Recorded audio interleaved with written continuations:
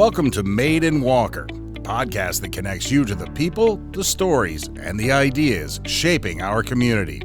From local innovators to everyday change makers, we're diving deep into what makes Walker a great place to live, work, and grow. Here's your host, Nicole DiDonato. Did you know that the communities of Walker and Grandville have a combined community foundation, and they're doing great things in both of those cities? I am here with Teresa, who is part of the Grandville Walker Foundation board. Thank you so much for being here today. Thanks for inviting us. Yes, and I also want to kind of preface that I am on the board as well, very new member, but more of the city liaison for the city of Walker. You are part of the city of Grandville, and tell us kind of what you do for the city there. For the city, I work for the Downtown Development Authority. So I've been with the city a little over 11 years, but was asked to join the Grandville Walker Foundation a couple of years ago. Yeah. So newer member, I think I've been on about a year and a half now. Yeah. And it connects in many ways to the role and just to the love that I have for Grandville and our neighboring cities where we all live and work and grow. Yes, wonderful. And the foundation's been around since about 2016. And tell us how it typically works for this foundation. So we have, I believe, 5 members of the foundation. We spend the year with basically a monthly meeting, and then we fundraise in different capacities, and then we do 2 rounds of grant applications. So in the spring and then again in the fall for area nonprofits, area placemaking, anything that's going to improve life for the residents and citizens that live in Grandville and Walker. It's a wonderful, wonderful mission that it has, and love that it's very super local as well for the residents. What are some of the nonprofits that have been benefited from these grants over the years?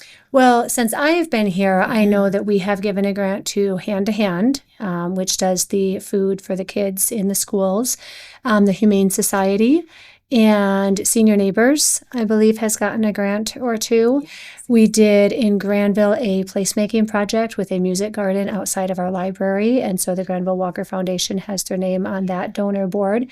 And Meals on Wheels, I believe we've also done a grant for.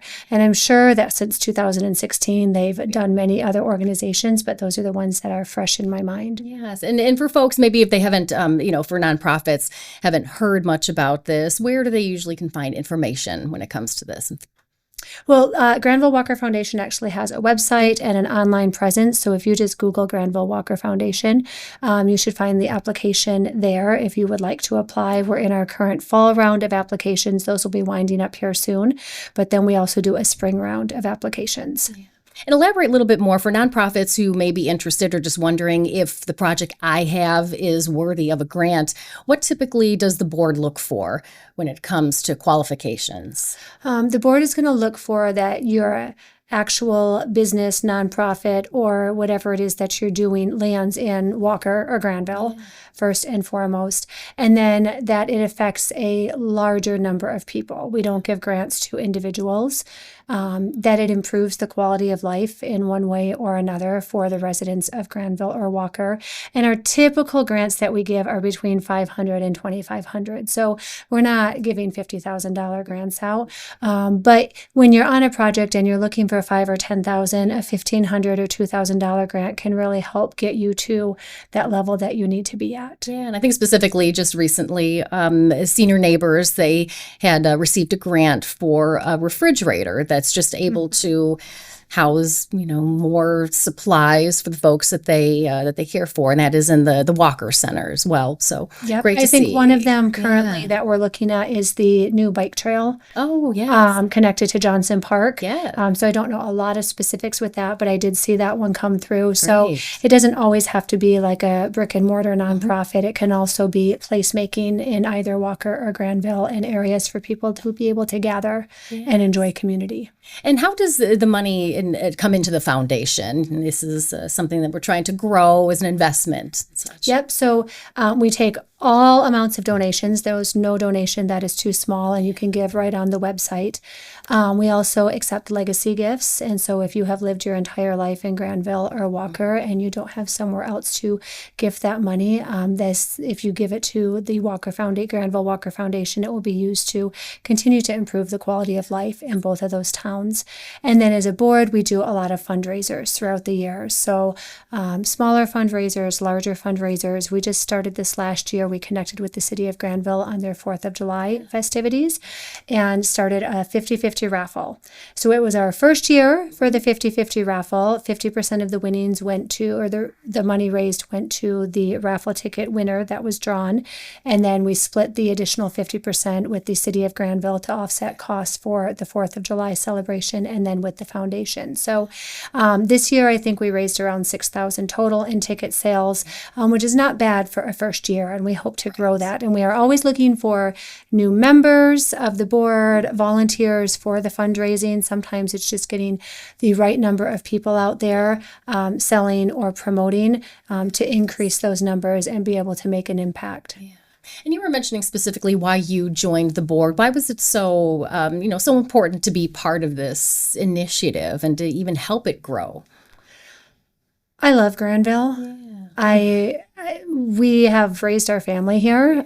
We moved into Grandville when we were pregnant with our first child, and he is now 22. And it's just a really good place to live and grow a family. There's strong schools, strong parks, strong community events. And the municipalities work really, really well together. And Walker being so closely connected with us.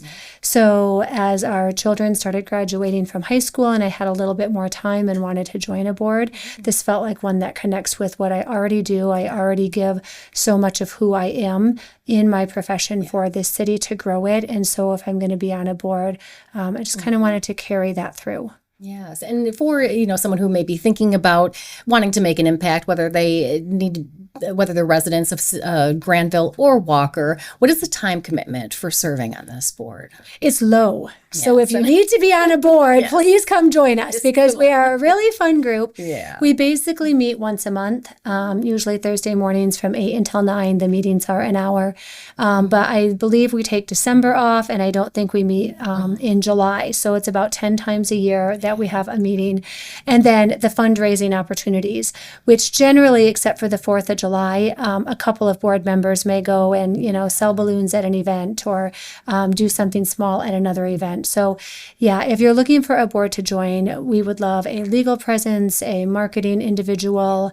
We have quite a few financial, but there's so many different gifts people can bring to a board. And just having more than 5 members, it expands the amount of fundraising we can do and just getting the word out there that we actually do exist because we're a smaller board, a newer board. I think a lot of people don't know, but it is not unusual for cities to have these foundations to give back and grow their communities. Yes, yeah. And how has it felt for you in the short time that you've been on it so far? Seeing the impact, seeing these organizations, receiving these grants, what has that been like? I've enjoyed it. Yeah. It's really good when you can show up at a nonprofit and have a check for $2,000 and thank them for the work that they are doing on a daily basis in our communities. And I think it just helps people feel like there's other people in this with you and we care and we want you to succeed. Yeah, it's a very feel-good board to be on. It is. Like you said, low commitment, but, looking for doers, looking for folks with all kind of diverse background who love their communities of Walker and Grandville and seeing what they can do to kind of bring it to the next level. So we wanted to go over again how folks, if they want to either apply for a grant or donate, where all can they do that at? Google Grandville Walker Foundation. There is a website. I'm remiss in not knowing which other social media platforms we actually have, but I know that there is a tab right on the website where you can donate, and the application for the grants are also on there. So as I said, we're finishing up our fall round of grant applications, but if you are interested, look for that in the spring. I would get on in January, February, look for the application, get it submitted. That gives us time if we have any questions questions to follow up and circle back around and help people if they might be missing things on that. Yeah, Teresa, love your passion, your excitement for this. Of course, no project is too small for an impact like this and for grants. So. And no donation Yes, is too small. yes, absolutely. I always think, man, if everybody gave $5, imagine where that would go. And I think so often we think, well, that's not enough, so I won't do anything.